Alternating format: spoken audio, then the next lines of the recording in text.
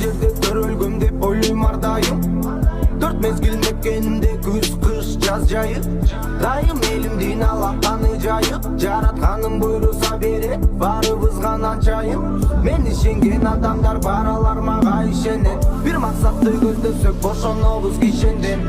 Бийик күчүп бүркүт сымал ала тоонун үстүндө Кыргызстандын муктаж салдым кошкон ар бир кишиге. Бул чыгарма меники, менин энекемдики, угармандыкы сеники. Бизге кыргыз тил сабагын берген эжекеники.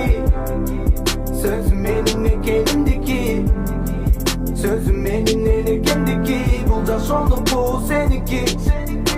Сага кыргыз тил сабагын берген эжекеники.